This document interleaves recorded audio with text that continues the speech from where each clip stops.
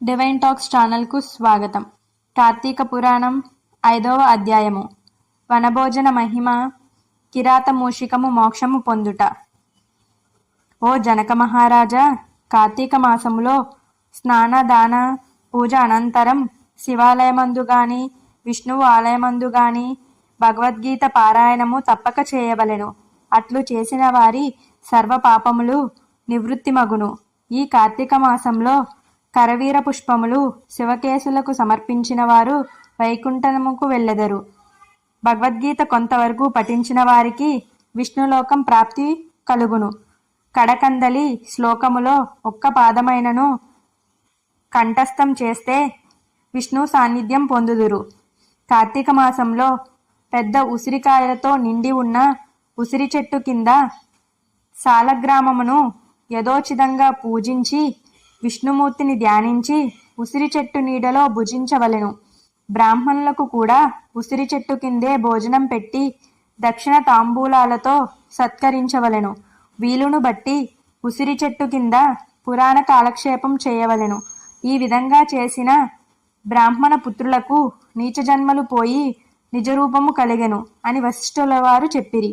ఇది వినిన జనక మహారాజు, ఓ మునివర్య, ఆ బ్రాహ్మణ యువకుడుకు నీచ జన్మ ఎలా వచ్చింది, దానికి గల కారణం ఏమిటి అని ప్రశ్నించగా వశిష్ఠుల వారు ఈ విధంగా చెప్పారు. కిరాతమూషికము మోక్షము పొందుట. రాజా, కావేరీ తీరమందు చిన్న గ్రామమున దేవశర్మ అను బ్రాహ్మణుడు కలడు.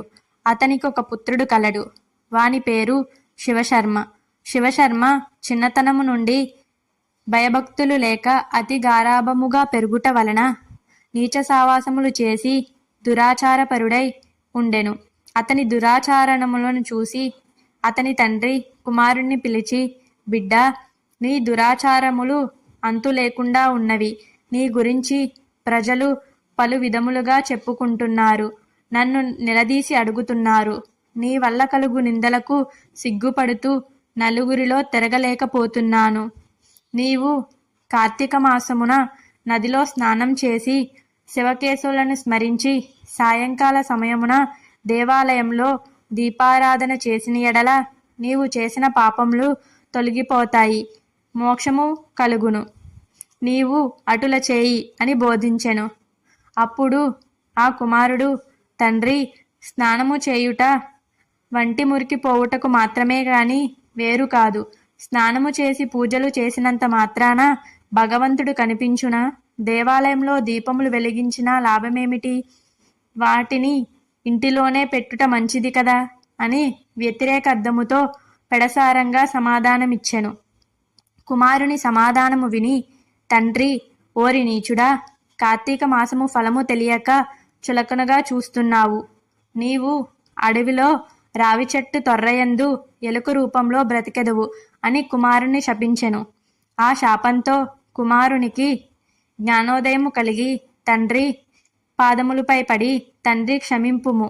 అజ్ఞాన అంధకారముతో పడి దైవమును దైవ కార్యములను ఎంతో చులకన చేసి వాటి ప్రభావములు తెలియక గ్రహించలేకపోతిని.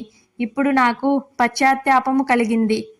నాకు పాప విమోచనము ఏ విధంగా కలుగునో చెప్పుము అని ప్రాధేయపడును.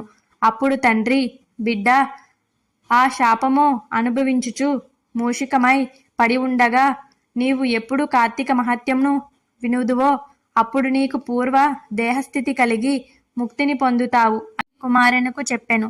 వెంటనే శివశర్మ ఎలుక రూపంలో అడవికి పోయి అక్కడ చెట్టు తొర్రలో నివసిస్తూ ఉండెను.